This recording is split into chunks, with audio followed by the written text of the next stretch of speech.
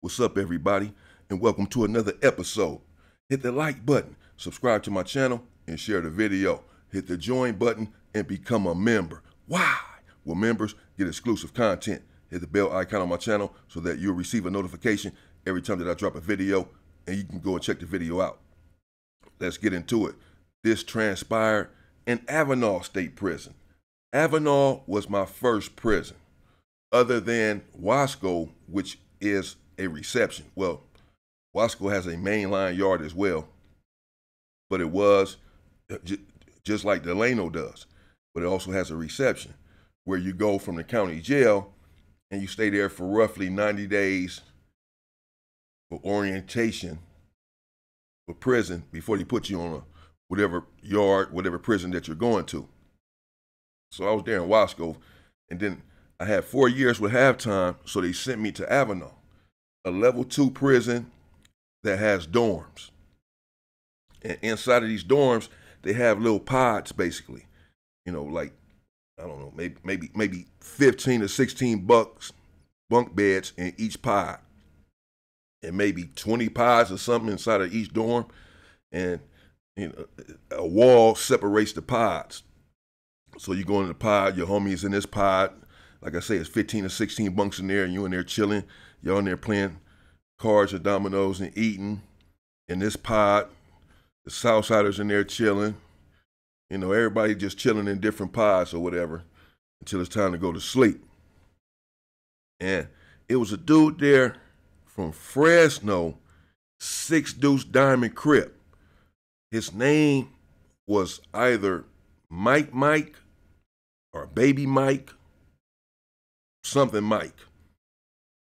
And so let's just call him Mike, because I don't think it was just Mike, it was something else, Baby Mike or Mike, but I don't recall exactly. Light brown skinned dude. Now, I remember doing time with some of these dudes from 6 Deuce Diamond Crip in Fresno. You know, I was locked up in YA in Paso with 6-pack from 6 Deuce Diamond. I believe he had got out and was unalive. Skinny, dark-skinned dude. We were all young then in Paso, 15, 16, and 17 years old. 6-pack was my partner, though. And I was saddened to hear that news. And here in Avenal, I remember Green Eyes from Grape was there in the dorm with me. And Big Puppy from Grape, the homie Reggie from 107, Hoover, was there. And Baby Trey Fingers from Long Beach Insane. I remember seeing Green Eyes from Grape on the street not long after, and we got out of Avenal, and he told me that Baby Trey Fingers, who was 21, 22 years old when we were there in Avenal, had got out and got hit by a truck, and the truck had took his whole head off. He was unalive by the truck. And that still bothers me to this day, the way that he had described it, what had happened to him. I never heard anything else about it, never confirmed it, but I've never seen him again or whatever, so I don't know. If that is the case, I mean, rest in peace to Baby Trey Fingers from Long Beach Insane. And there was a Muslim there by the name of Ike. We just called him Ike. Ike was in his late 40s, I would say. He was a pretty big dude. I mean, he was tall and light brown skin, and he had waves. And he had some little ducktail, little braided ducktail going in the back of his head. And this dude, Mike, was in a section in the pod with Ike. Ike was cool with everyone. Ike was a real Muslim. He was dedicated. He loved Black history. He loved Black people. He and I had a couple of conversations about Black history, where he enlightened me about a few things. And he just minded his business and always had a calm demeanor. And this dude, Mike, apparently began to just pick on Ike, to bother him. He made comments about his hair. Man, Muslims ain't supposed to have ducktails. Why you got this ducktail? Ike not really saying anything to him. He's not really responding. Then one time, Ike was sitting there eating, and this dude Mike told him, I thought Muslims not supposed to eat meat. I keep telling them, no, we can eat meat, man. We just can't eat pork. We don't eat pork. So no, y'all not supposed to eat meat. Basically, he called him a fake Muslim every chance that he gets, bro. This dude Mike is young, and he's annoying and irritating, and he's annoying Aki deliberately. Come to find out, it's because Mike says later that he just didn't believe that Aki was a real Muslim. That he told Aki one time, man, I get sick of y'all want to come to jail and then want to be all these staunch Christians and religious people and Muslims and all this on the street. Y'all was cracked out, man. I don't want to hear this stuff. And Aki said, no, I wasn't cracked out, and I've been a Muslim all of my life, brother. My mother and father are Muslims. My whole family is Muslims. So this is not, I wasn't, gang banging on the street and then came to prison and started being a Muslim. Like some people do, and that's okay as well. And people have asked me, do the Muslims have a car? And do the non-affiliates have the car? Well, the answer is yes. The non-affiliates pretty much have a car as well, but they don't have a car that's a threat. They just more than anything else just stick together, the non-affiliates. But you'll see some non-affiliates. I've had cellies as non-affiliates, some because they're neutral, so they can go in a cell with a Hoover, a Crip, a Blood, whatever. So they be in different cells, and a lot of non-affiliates are respected, but more on an individual basis. There's some strong dudes, they just don't gangbang. Some strong black dudes. You're not just about to push them over. The Muslims, they have a car as well. And their car, they have a strong car. Because a lot of the Muslims, some of them, were gang members. And now they're Muslims. They turned Muslim in prison or what have you. Or some on the street. Some of them stopped banging on the street and became Muslims, and now they're in prison. Whatever the situation. And they're not necessarily nonviolent. They too will have weapons right there in prison, and it's not going to let anything happen to one of their comrades, another real Muslim. Period. So yeah, the Muslims are a formidable group there in prison. They don't play. You don't want to mess with them. And this dude Mike, he's not adhering to this. He's a young dude, and I believe this is his first prison as well. He hasn't been anywhere. Some of the people there in Avenal prison have been to other prisons, so they carry themselves in a certain way. Avenal is not necessarily a real prison, in relation to a level 4 prison. Avenal is nothing. They don't have any real politics, not much violence there in Avenal on a level 2 yard. Wasn't much violence, so I didn't know much about politics or any of this stuff until I left Avenal, went to Corcoran. From Corcoran, went to other places. So I don't really, but I know that what Mike is doing is wrong. I just have common sense that you're bothering this dude. And then, so Mike told Aki one day that could he stop praying so much and praying so loud, that his praying is bothering him.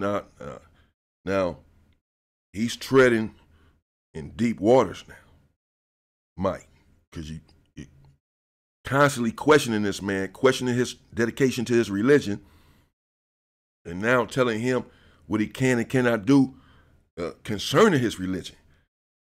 That he shouldn't be praying as much, and can he not talk as loud in these tongues and this and that when he's praying. This is after already making comments about his eating habits, his appearance with the ducktail, etc. It got to the point where Aki had told the other Muslims. And the Muslims did go to the up north dudes. They went to the Crips, at least from up north, and told them the situation. And they did indeed tell Mike to leave this dude alone. Stop bothering him. And that's when Mike had told, man, I just don't believe that he's real. Well, that's not none of your business. It's not your job to police whether or not he's a real Muslim or not. The Muslims say he is. Leave that man alone. What are you doing? What are you talking about? So he's essentially admitting that he's picking at this man. This man is a scrupulous man. And these tactics that Mike is using are unsavory tactics, and they are unwarranted because Aki doesn't bother anyone. Mike, he's not listening even to his own comrades when they told him, leave this man alone. He's not bothering you. Let him be. And Mike one day does something that even I know at that age was ungodly. A very bad move. He's tempting fate. He went into Aki's locker and took his prayer rug because he had told Aki that he was making too much noise during these prayers. And since Aki, I guess, continued to make the noise, whatever noise that was bothering Mike, Mike decided, being a little kid and immature, not knowing the severity of what he's doing, that he's going to go into Aki's locker, which for one is a violation because you're trespassing against someone's personal property. That's a violation in and of itself. You're stealing. That's a violation because you done took this man's rug, his prayer rug, and then on top of that, you took his prayer rug. I'm assuming that's a serious offense against a Muslim, a dedicated, serious Muslim who takes his religion, his faith, very serious. And Aki had come back, and when he was going to pray, was looking for his rug and couldn't find it. His prayer rug. His rug is probably not the right term. Excuse me. His prayer mat. That's probably not the right term either. His prayer attire. That's not it either. Bear with me. You know what I mean. And it's not there, so he's looking around for it, and he's asking people, where's my rug? Or where's my prayer attire? And someone did eventually tell him to check with Mike, that he's the only one that could have did something like this. And he asked Mike if he had it, and Mike said, yeah, that he had went to his locker and got it because he had asked them not to be praying so loud and he wasn't doing it, and that he would give it back if he agreed to not pray so loud and to basically go somewhere else to another side of the dorm and pray and not to disrupt everyone. But no one else in this pod has a problem with Aki's prayers. No one has ever said anything other than Mike. So Aki said, no, I'm not going to agree to anything, man. Give me my rug. And so he went to some of the Crips there, and they, of course, told Mike, man, they got the rug from Mike and gave it back to Aki. But the damage had been done. And Aki, he was irate. And he had clearly, obviously, went to the Muslims and told them what he was going to do. And the Muslims, having taken extreme umbrage to this man going in there and taking that prayer rug, that prayer attire, they concurred. They said, fine, get him, and we'll be there. And it is what it is. We're just going to have to go up because that is unacceptable, and we cannot tolerate something like that, period. And Aki, he devised a plan to attack Mike by himself and on his own. And later on that night, right there in the same pod, instead of him praying, pulling out the attire to pray, he prayed all right. You know, that he survived what he was about to pull off, the caper. And he attacked Mike relentlessly.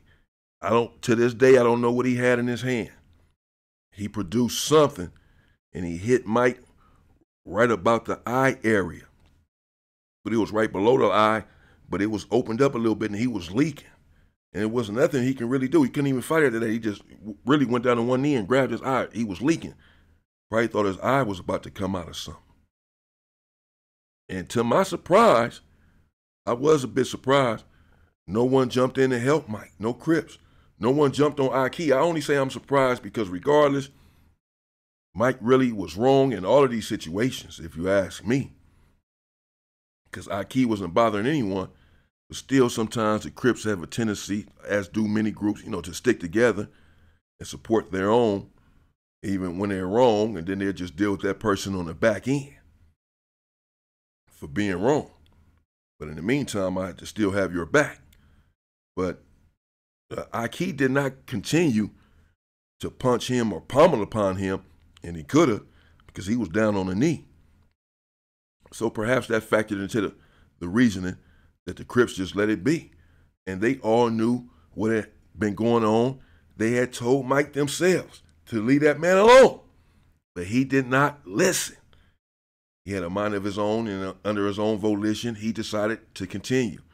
And then put off the ungodly caper of going in the man's locker and taking his prayer attire. An ultimate sin that I'm assuming is unforgivable in that culture, in that religion. And he responded. The Muslims are not nonviolent in prison, period, for the most part. I mean, they are peaceful and they mind their own business, but again, they do and will support one another, and they will stand their ground, period. And this is just an indication of that. He had been fed up. He had had enough of Mike. He had took it to Mike's faction already, went through the proper channels, the proper protocol, the hierarchy, and apparently nothing or not enough was done about it because Mike continued in his dastardly ways, antagonizing this man for no apparent reason. And then once he physically crossed the line by going into his property and removing something, as long as he was making these comments and just antagonizing them, Ike apparently was willing to stomach that for the most part. Or who knows, eventually he would have had a breaking point on that as well. But when he made the physical gesture of the ill-advised gesture of crossing the boundary of going into his personal property, and then of all things taking his prayer attire, all because you believed that he was being too loud when he was praying to his God. That was his breaking point. And he didn't just fight him because Mike was a younger dude. Ike was a bit older. So he hit him with something that opened up, slit his eye right below his eye, and had him leaked out. And no one jumped in to help, and that was the end of it. Mike ended up going to medical. I believe they rolled him up because he had told them some story about what had happened. They didn't believe it, and he left the yard. But it wasn't many stabbings up there. It was, hell, no stabbings in Avenal. So it's not like whatever he told them was implausible, because there were not stabbings up there. So I'm sure they didn't think that he was stabbed. They just didn't know what had happened. I don't know what the hell happened. I don't know what he had. It wasn't his hand though. I don't know. He hit him with something because his eye was split open. He was leaking, and that was it. Leave people alone, man. We got to do better. Stay free, people.